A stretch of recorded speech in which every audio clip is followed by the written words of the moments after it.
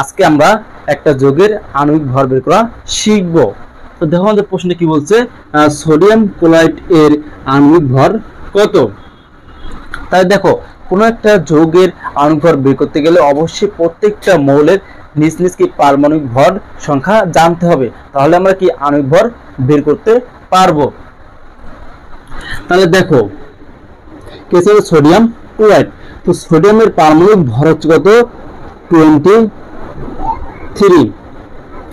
তারপর দেখো যখন একটা মৌল থেকে আরেকটা মৌল কি ভর সমান লিখবো, অবশ্যই প্লাস দিয়ে লিখতে হবে।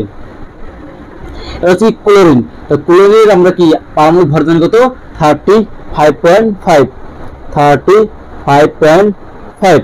এখন দুটো কি করবো, যোগ করে দেবো।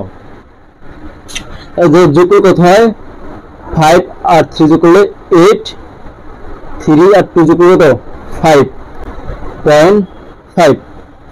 তো সোডিয়াম ক্লোরাইড এর আণবিক ভর হচ্ছে কত, 58.5। আশা করি সবাই বুঝতে পারছেন। আর অবশ্যই ভিডিওটা শেয়ার করে দিবেন যেন অন্যরাও শিখতে পারে।